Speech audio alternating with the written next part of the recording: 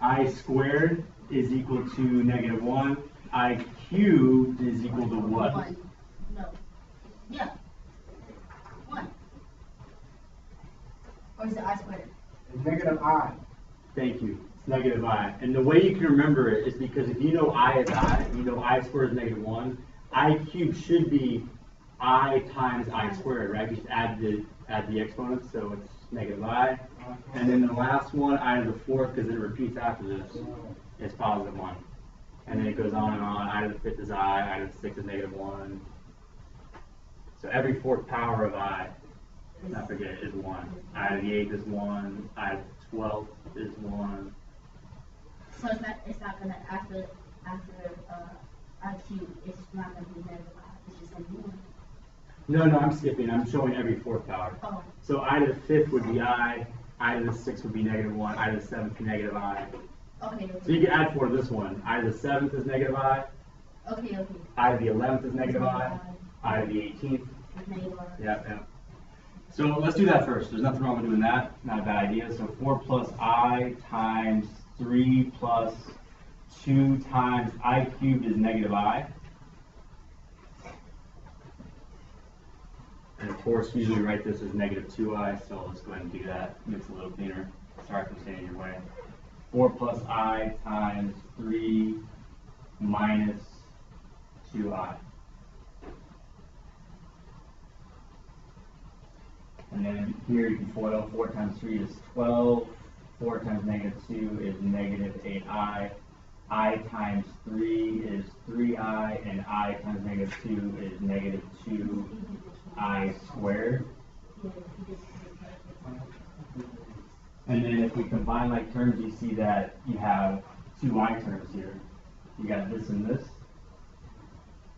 And what is I squared?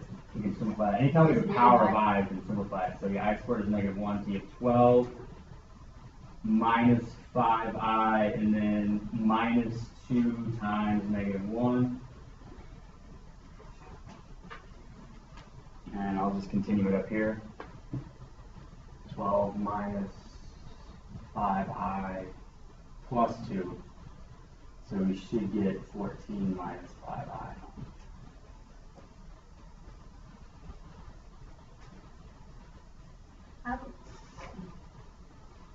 Yes?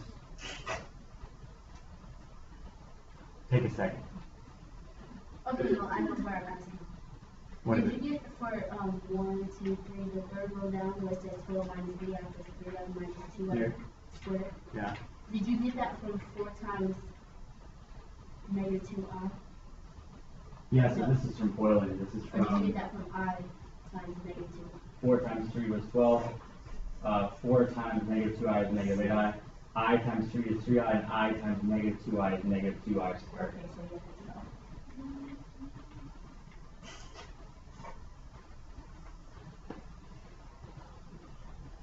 Alright, just to review that, I think pretty much this is really the essence of it, is just knowing the powers of I. Once you know that I is the square root of -1, then every time you go up, it should make sense, okay, I squared is -1, and then just obeying, okay, I cubed should be I times I squared, so -1 times I is just -I. And it just keeps repeating forever and ever. Alright, so, you guys, we left off at, which number did we leave off on? For the worksheet that I passed out. Number 4 or number 3? We're solving inequalities. Here's number 2. Did we do this one? -9, asked by -9v is less than or equal to No, we 54. didn't do that one. Alright, so let's start with this one. Did we do 1? Yeah. Okay, Yes. thank you. We did 1 and 3. 1 and 3. Yes? You don't have that.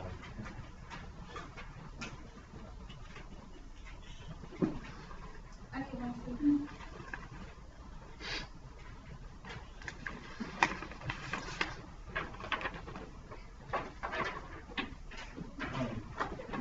Aubrey, Yes.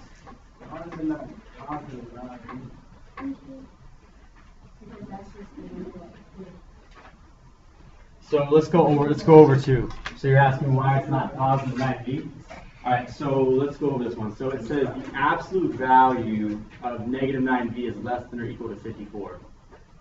Okay, so that means the distance this guy is from 0 cannot be more than 54. So if it goes in this direction, it can't go past 54. If it goes in this direction, it can't go past the distance of 54 in the negatives. So it's contained right here. Negative 9b is. And then from there, after I graph it, I can say, oh, okay, I can see that negative 9b is greater than or equal to negative 54. But at the same time, it has to be less than or equal to positive 54. Now, if you're fine going from here to here, you can do that. One thing to remember is that if it's less than, it's going to be an and statement. So I'll go ahead and write that. So if you have something that's less than or equal to or less than, that is going to be an and statement.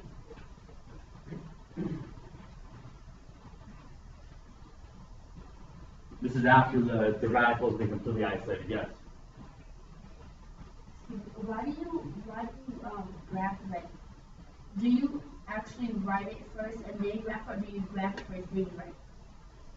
I graph what was inside this first.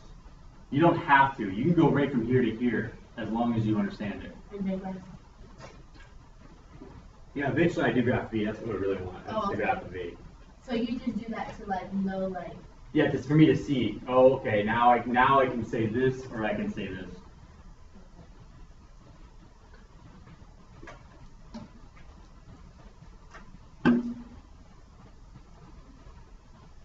So that would be an and statement if you have something like this or this. If you have something like this or this greater than equal to or greater than, that's going to be the one that's the or statement, where it's going to be split up into 2 rays.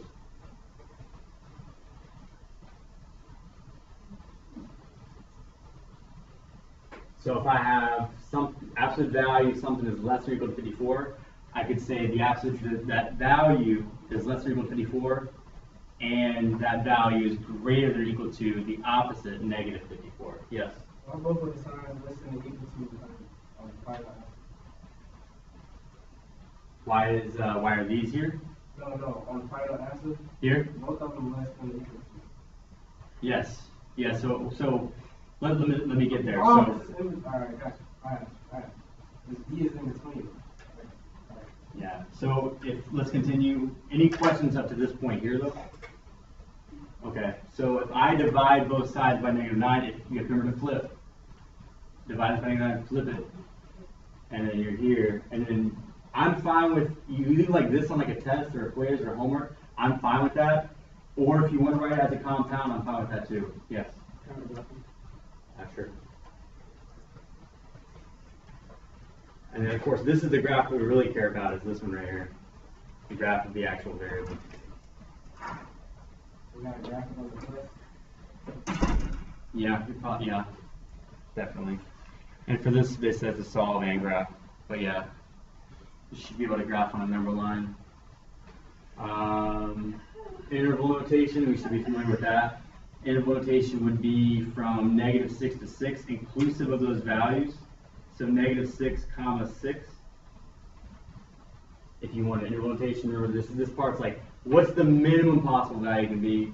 And then the right part's okay, what's the the most it can be is 6. Yes. Can I go to the office? Can you go to the office? Yes. For what? You okay? I need to watch it. Can I wait? No. We got 20 minutes left in the clock.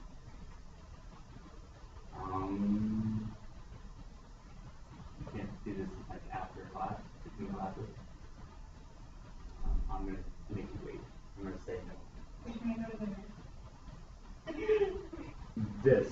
Can I have my phone? Any questions about this? Yes. For how do you know when to like change the When to flip them? Are you talking about going from here to here? Yep. I change the sign when I multiply or divide by a negative.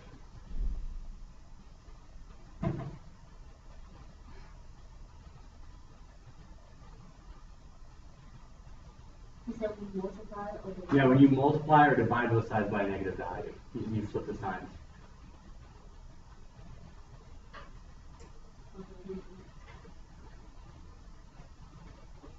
And we'll look at some more examples. So let's go, you want any more time on this?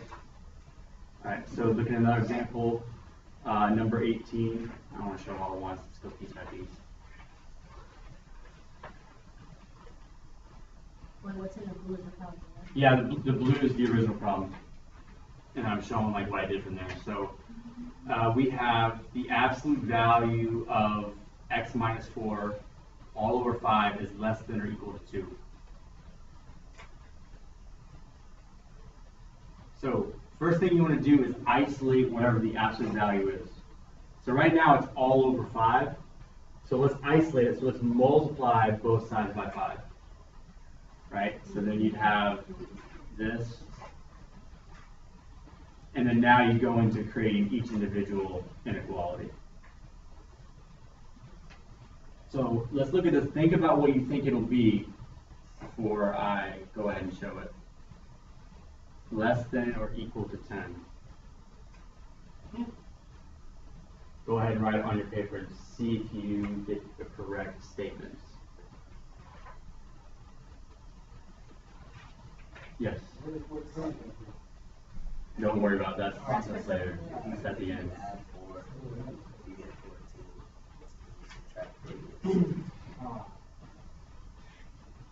So the two statements that you should have come up with.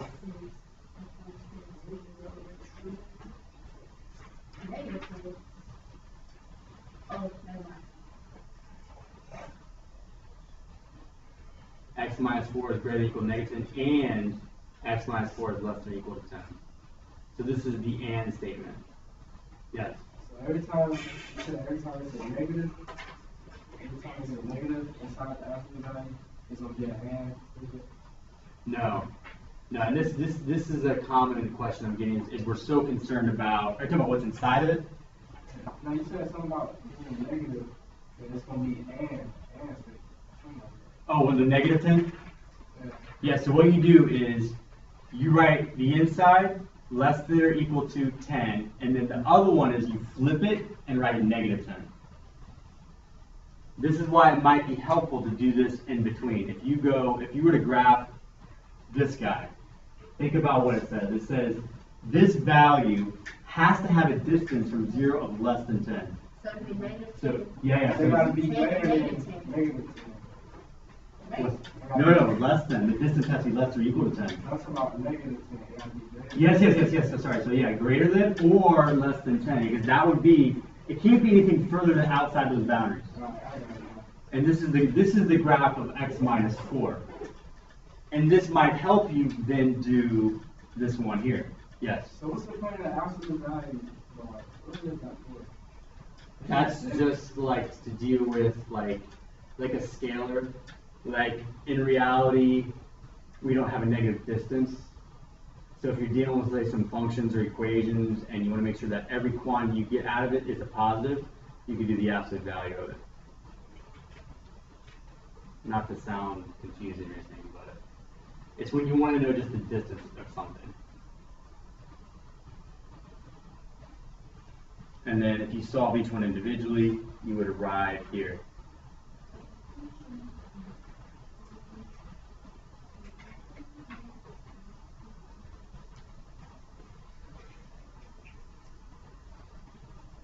And again, I'm fine with this or this. Both are good, acceptable statements. And statement or compound inequality.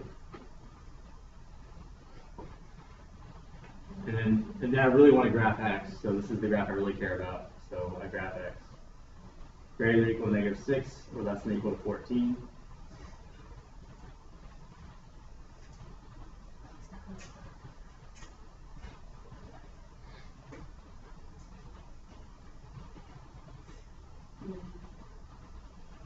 Some of you, this part here may or may not help.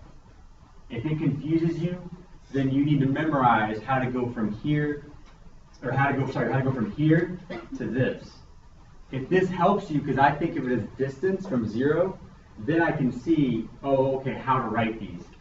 But if you're not comfortable with this, then learn to go from here to here. Yes. Like you did a problem where like you see the S on the 10, or is it, and it started off with -10? Oh, like less than or equal to -10? Yeah, Okay, good question. So let me show you one. So let's say we have, like that, yeah. no, we haven't had any that you're talking. Let me show you what you're talking about. So if you have, this is an example. If I had the absolute value of something, let's call it x, is less than 0, which would be any negative number. Is this even possible? If you understand what absolute value means. No. Right, this is not possible, so there's no solution to this. So there's no solution. I'm talking about if it's a negative number. It would be the same scenario. So if I had like another example, if you had something like the absolute value of x is, this would be a negative number, less than 0, but let's say less than -4. This would also have no solution because you can't have a distance that's negative. Right, this is Because it's absolute value. yeah, exactly. The distance from 0 is less than 0, that's not possible. And so certainly this isn't possible either. So these are both, it's a good question. So if you ever run into this, you don't have to do any work. You can stop right now. If you have absolute value of something, if it's negative, if it's saying it's negative, no solution, you have no work to do.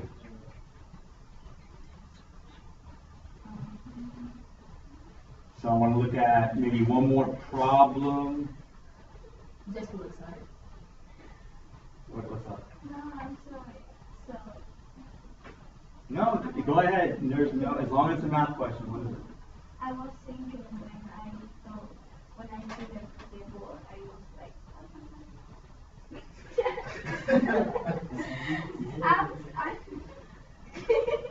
Like she said, she doesn't understand. yeah, that's Yeah, we can't use that language, so that's your warning. I can't believe you just said that. So yeah, it's not gonna say anything. Wow, okay. Anyway, so, yes. You say that, like the negative, but then right here, like the negative. Yeah. But then it'll be like for example, like the one that we just did with like x is greater than or equal to -6. Is it okay if it says equal to? Which number are you talking about? So I can pull it up. 18. 18? Yeah.